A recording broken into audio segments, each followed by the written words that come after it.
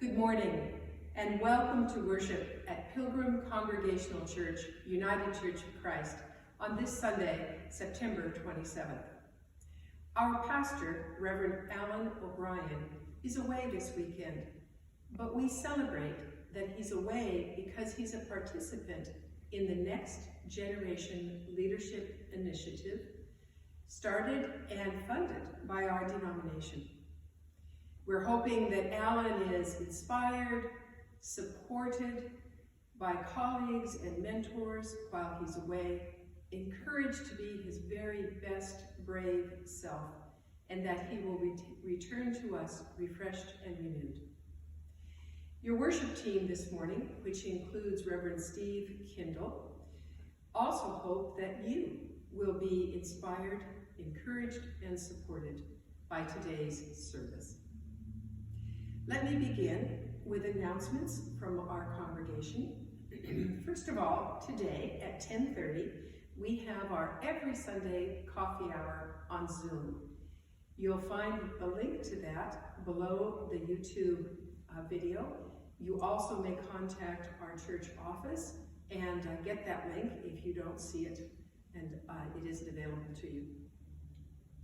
On Monday, it's the deadline for submitting articles for the October church newsletter. So if you've got something to say and that you want others to know about, be sure and submit by email to our church office, and Elizabeth will get it in the October newsletter. On Tuesday, some of us are pretty excited. We're having our first small group gathering. This one will be a Bible study led by me, Reverend Heather Hennessy, at 4 o'clock here at church. We'll be together for 1 hour in the sanctuary with lots of space between us, and we'll all be wearing masks. So don't come if you're particularly concerned about even a small group gathering, but if you're confident you can manage that, join us at 4 on Tuesday. On Wednesday, we have our next small group gathering, again in the sanctuary at noon, led by Pastor Allen. That will be a 30-minute meditation time. We hope to have this Bible study on Tuesdays, meditation time on Wednesdays, every week from here on through the end of the year. On Thursday, our book study by Zoom is at 3 p.m., and we're beginning a new book, How to Be an Anti-Racist.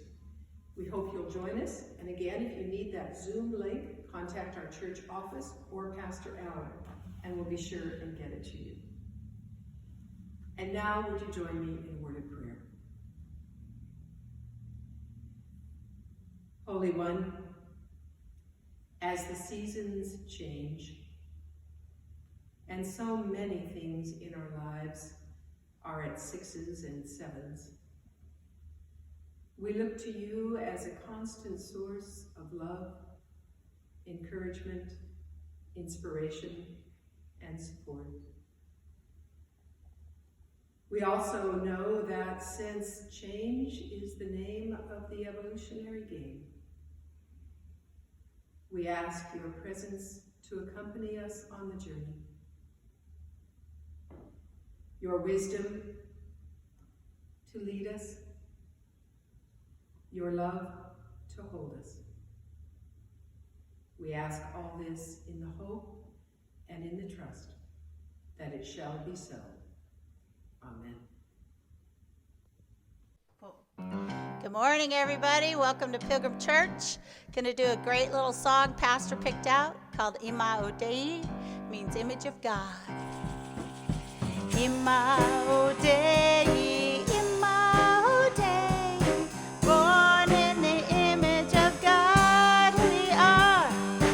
Imago Dei, Imago Dei, called to compassion, born to be free. How shall we live as images of God?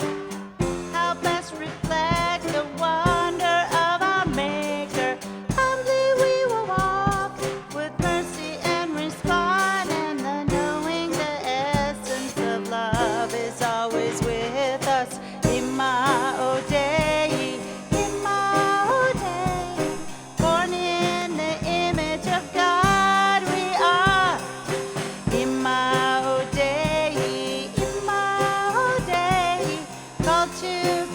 compassion, born to be free.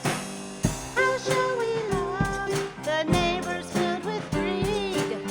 Help us respond to those consumed by hatred.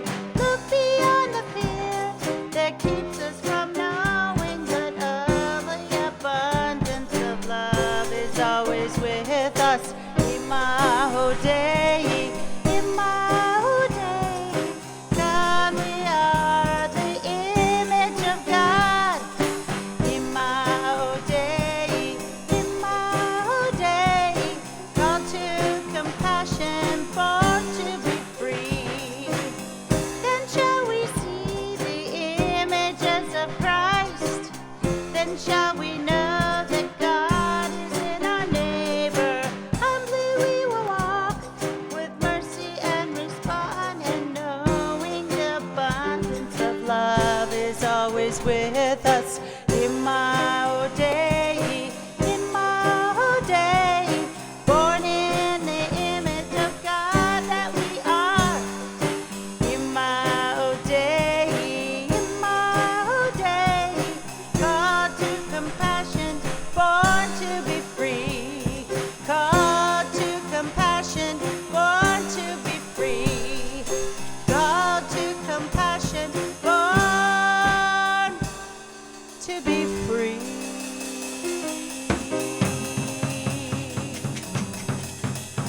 God bless.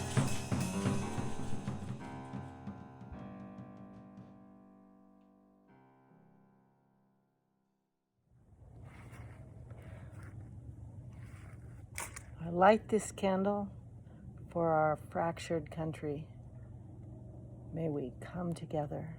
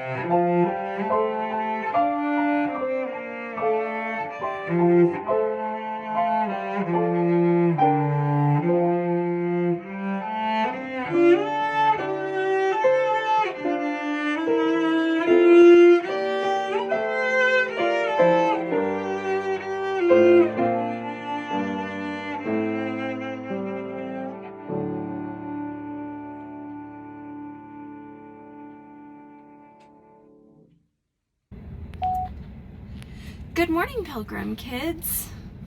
I hope you've had a wonderful week and you're enjoying a little bit cooler weather. So 2 weeks ago we talked about melanin and what makes the color of our skin. And last week we talked about how sometimes there are people who treat other people different based on how much melanin is in their skin. This week I'm going to read you a story.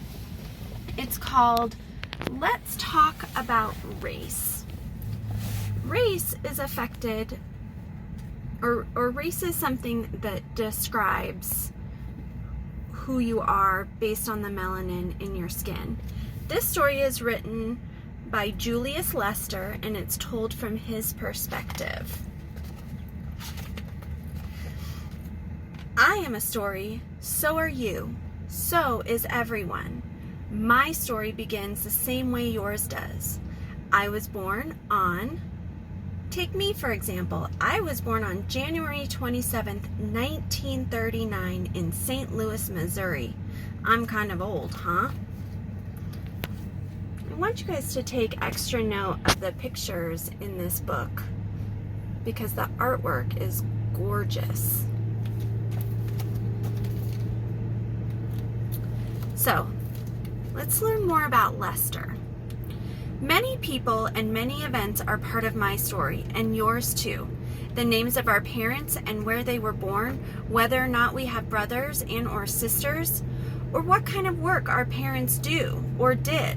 My father was a minister, my mother was a housewife.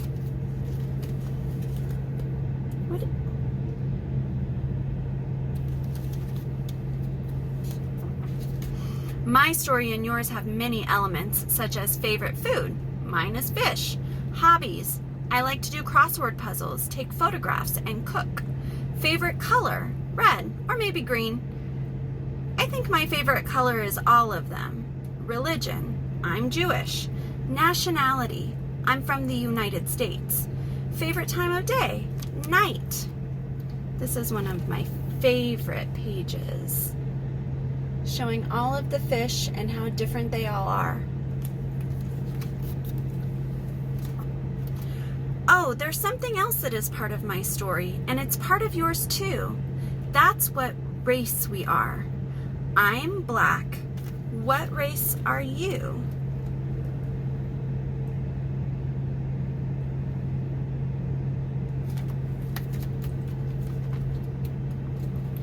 Just as I am a story and you are a story and countries tell stories about themselves, race is a story too. Whether you're black like me or Asian, Hispanic, or white, each race has a story about itself, and that story is almost always the same. My race is better than your race. Some stories are true, some are not. Those who say, my race is better than your race, are telling a story that is not true.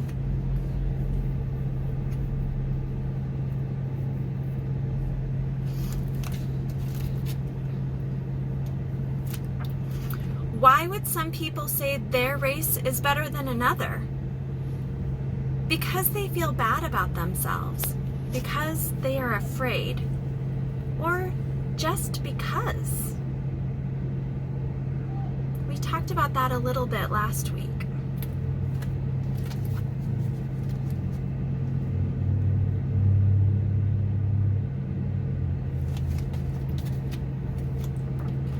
But there are other ways all of us, even me, even you, think we are better than others. I'm better than you because I live in the type of house. I'm better than you because I go to a different school. I'm better than you because I'm a boy, or I'm better than you because I'm a girl. I'm better than you because my dad makes more money than your dad or mom. None of these stories are true. Are they?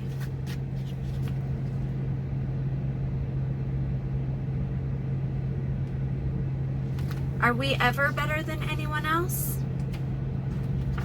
I want to tell a true story, but I need your help. Here's what I want you to do. Take your fingers and press them softly, gently on your skin, right below your eyes, just like I am right now. Be careful and don't poke yourself in the eye. Press gently until you feel the hard bones right beneath the surface. Now, if your mom or your dad or your brother or sister or a friend is close by, ask them if you can touch them. If they say okay, take your fingers and press softly at the same place beneath their eyes. Press gently until you feel the hard bones right beneath the skin. And now press someplace else in your body, on your arm, your chest, your head. Press anywhere until you feel the hard bones beneath your skin. Beneath everyone's skin are the same hard bones. If you were to go outside without your skin on and without your hair on your head, all you'll be is bones.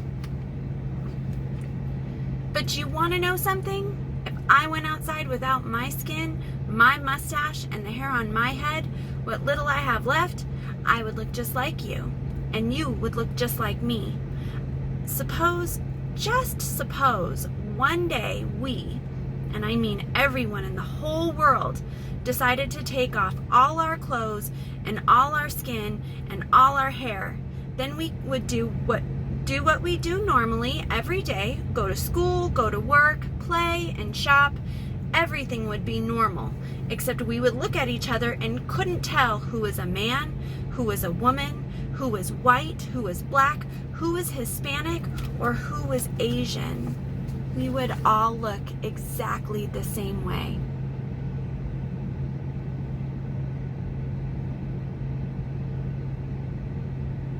There would be nothing for us to say that one person is better than the other, right? Which story shall we believe?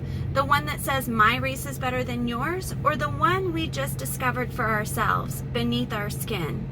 I look like you and you look like me, and she looks like her and him, and he looks like him and her, and we look like them and they look like us. When I look at you, which story do I see?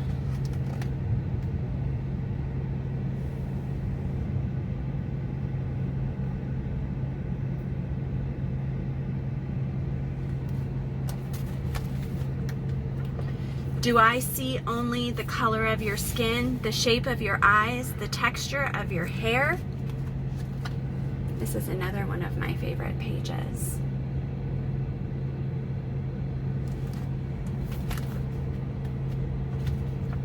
Do I look at you and think I know your story when I don't even know your name?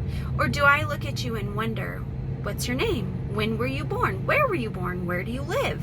What do you like? What don't you like? Gee, maybe we like and dislike some of the same things.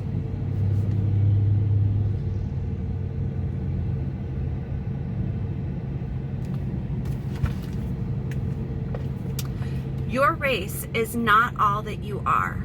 My race is not all that I am. Yes, I am black, but I am also a man. I am of medium height. I have a deep voice and a loud laugh. I love to laugh. Do you? I live in a big house in the woods in a small town. I like pancakes and macaroni and cheese and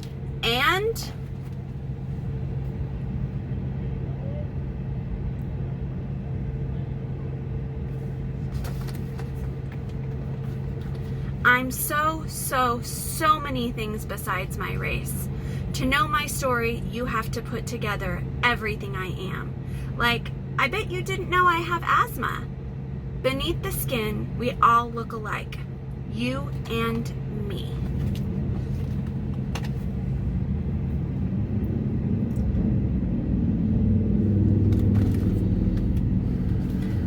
I'll take off my skin. Will you take off yours? When he asks that, when I take off my skin, will you take off your skin? What do you think that means? This week, I want you to go forward and I want you to think about what it means to take off your skin and what it means to allow somebody else to take off their skin. And I want you to talk to your parents or grandparents, and I want you to ask them what they think that means. Have a wonderful week, and I look forward to seeing you all real soon. I love you all. Good morning, pilgrims. Matthew 5:43 through 48. You have heard that it was said, you shall love your neighbor and hate your enemy. But I say to you, love your enemies and pray for those who persecute you, so that you may be children of your Father in heaven. For he makes his sun rise on the evil and on the good, and send rain on the righteous and on the unrighteous. For if you love those who love you, what reward do you have? Do not even the tax collectors do the same? And if you greet only your brothers and sisters, what more are you doing than others? Do not even the Gentiles do the same? Be perfect, therefore, as your heavenly Father is perfect. Well, so good to be back with you at Pilgrim Congregational UCC in Reading. As you know, I appreciate this congregation very much. The work you're doing in our area is essential, particularly at this moment in history. We're not only fighting a pandemic, but we're also encouraged these days to find enemies. And what Pastor Allen is doing with this series of sermons on peacemaking couldn't be more appropriate. So I'm happy to share my thoughts with you on this subject as well. After all, we are living in a time when enemy baiting is pandemic. It's a way of life here in America. People like me are encouraged to fear those who are different from ourselves. Us, of course, being white, Christian, and have verifiable birth certificates. Watch out for immigrants. They're going to take your job. And Muslims, well, they're going to put you under Sharia law and discard the Constitution. And the Chinese, well, don't mingle with them. You'll get COVID-19. And Democrats, they're all socialists or communists. And Republicans, just a bunch of fascists. Be afraid. Be very, very afraid. Well, Flaubert, Nietzsche, and others have said you can calculate the worth of a man by the number of his enemies. In this case, Jesus wasn't much of a man. Although many opposed him and considered him an enemy, the only thing Jesus was interested in was their well-being. Genghis Khan, on the other hand, wrote this: "A man's greatest pleasure is to defeat his enemies, to take from them that which they possessed, to see whom they cherished in tears, and to hold their wives and daughters in their arms." Well, most of us are situated somewhere between Jesus and Genghis Khan. And when we read or listen to the text read for today, we feel defeated even before we begin. Sometimes I want to throw up my hands and say to God, enough is enough. Because just before this reading, we heard Jesus tells us not to lose our temper or even to renounce retaliation when wronged. Now we're told that it's not good enough just to love our neighbors. We have to love our enemies too and pray for them. Does Jesus expect the impossible? Even perfection? And what if we fall short? After all, enemies abound. We have people trying to get our jobs, our spouses, our money, our children, you name it. As Americans, we have envious nations who want what we have and even will go to war with us to get it. We even have religions that have declared war on us. So we are watchful. We're on guard. We have our defenses up and we won't be made the fool. That fight or flight mechanism, which saved our lives in the days of the stiff competition in the wild, was a good thing. However, it no longer serves us when the law of the jungle has been replaced by laws of civilization. Our need to retaliate and get revenge only gets us into trouble. But we still harbor these feelings and wish we could act on them now and then. I mean, we Christians. Some take it to extremes by believing it's okay to love the sinner and hate the sin. That's too fine a distinction for us to maintain. The urge is often overwhelming to cross it. We soon confuse the sin with the sinner and kill the doctors who provide abortions or bash the gays we wrongly think God abhors or shoot innocent Arabs for having the gall to live in America. So what's a follower of Jesus to do? It seems nearly impossible to love our enemies. When I get into moods like this, I find I'm misreading the text. God never asks of us the impossible and always provides a way to do the right thing. The keys to success, of course, are found in the very text itself. Funny how that works.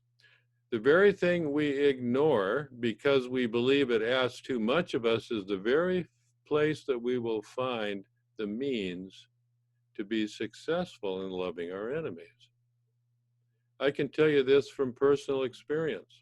If you want to turn an enemy into a friend or at least neutralize them, pray for him or her. There is no way you can harbor ill will towards anyone you pray for. In fact, what happens is you will no longer, in the long run, have an enemy. Praying for our enemies involves a serious attempt to see them as God sees them. We cannot seriously pray for our enemies without acknowledging that they are loved by God, even as are we. We also acknowledge that they possess the image of God, even as we do. And if we truly are honest with ourselves, we must agree with Paul to welcome one another as Christ has welcomed us, warts and all. Yes, you say, maybe I can pray for someone, but how can I love them, especially if they're out to get me or my family? Well, that's a good question, and the answer is in the nature of the love that is required. We get sidetracked here because we confuse God's love with human affection. Certainly, God has affection for us, but this is not the issue. God's love is always directed towards a goal, and that goal is the person's well-being who is loved. So to love someone as God intends is to always act in their well-being. Love is a verb. Love is something you do. When the Roman soldiers arrested a peasant and commanded him to walk that extra mile with the soldier's baggage, which was the extent of the law, that first mile, the Christian peasant was not experiencing warm fuzzies at the prospect of helping this soldier out. Yet to do so was to act out the love of God in the process. Just what is an enemy anyway? Can we truthfully say that an enemy is one who stands in the way of what we want, how we wish to run our lives? And since we all believe that our lives or our families are much more important than anyone else's, when push comes to shove, we assert ourselves over others. In other words, if we have an enemy, we are seeing them through fallen eyes, not the eyes of God, who sees us all as equally important. I remember as a young man watching an old movie called All Quiet on the Western Front. I'm sure many of you are familiar with this as well.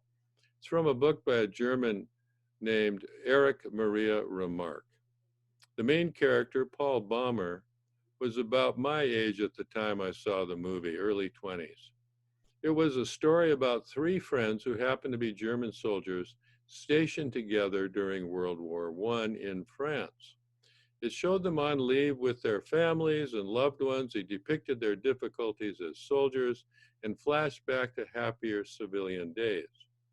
In the heat of a battle, Paul ducked into a crater from a mortar shell and found himself face to face with a French soldier. He instinctively pulled out his knife and killed him. In the boredom and relief of this safe place, Paul began to wonder about his enemy. He rummaged through his uniform and Paul pulled out his wallet. After a few minutes, he spoke to the deceased soldier and said, "Comrade, I did not want to kill you, but you were only an idea to me before, an abstraction that lived in my mind and called forth its appropriate response. I thought of your hand grenades, of your bayonet, of your rifle. Now I see your wife and your face in our fellowship. Forgive me, Conrad. We always see it too late. Why do they never tell us that you are poor devils like us, that your mothers are just as anxious as ours, and that we have the same fear of death and the same dying and the same agony? Forgive me, comrade. How could you be my enemy? Paul utters these words to the corpse of Gerard Duval, the French soldier whom he has just killed.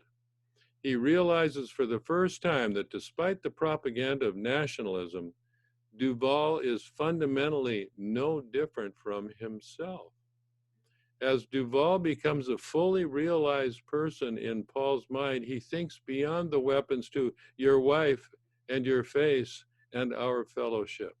He understands Duval as a human being, and all the artificial divisions disappear. Paul's sympathy for Duval's suffering is evident in his address of him as comrade and his reference to him as we and us in opposition to they, those in power who attempt to deny the essential sameness of him and Paul when they are in reality one and the same.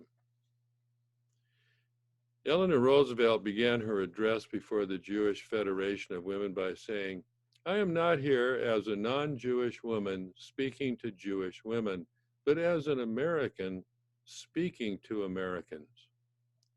And her husband, President Roosevelt, began a speech to the daughters of American Revolution by saying, welcome, fellow immigrants. I love that. The Roosevelts instinctively knew that a nation of so many different peoples could not survive if we concentrate on what makes us different. In fact, Freud introduced the notion of the narcissism of small differences to explain the need to promote our differences over our commonalities. It derives from the original sin, the will to power. The story of Adam and Eve teaches us that we all desire to be the one and only authority over our lives, and that anything that stands in its way, even God, must take a backseat. So we look at that which makes us unique and conclude that this is the best of all possibilities and that everyone else should be just like us, or they're not worthy of us. It is a narcissism of small differences that promotes the color of one's skin over another. It is a narcissism of small differences that promotes one denomination over another, or another nationality over another. It is a narcissism of small differences, excuse me, that promotes hate, war, revenge, and petty conflict over neighborliness and love. Yet it was God who created these differences. These differences were not created to become enemies of one another. They were created for us as gifts, for us to enjoy and even relish in as gifts to one another. This is why I prefer the idea of America as a chef salad, not as a melting pot or a pureed soup. We're all in the same bowl, covered by the dressing that is America, but tossed together in a way that we still recognize our glorious differences. It is time to celebrate our differences as God's gifts to us, rather than resent or denigrate them.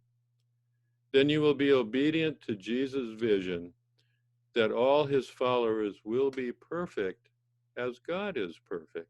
You see, God sends the rain on the just and the unjust and makes the sun to shine on the good and the evil. To be perfect, then, is to regard all as worthy of God's love and yours too, and then live in that out of our relationship with one another. When the whole world catches this vision of what might be, it will be all quiet, not just on the Western Front, but on every front where hostilities, enemies still exist. I invite you into this world, a world made possible by following Jesus into it. Amen.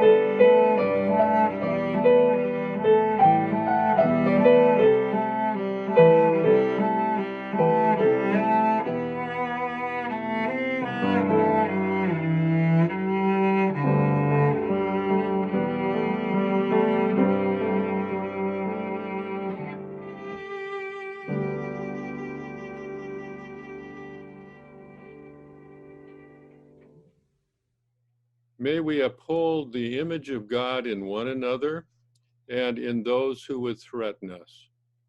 And we ask God to accompany us into a world in which love overcomes all.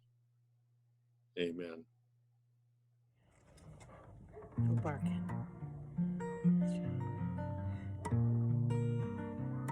Coyotes are singing in the background. God be with you. God be with you. God be with you till we meet again. Oh, God be with you. God be with you. God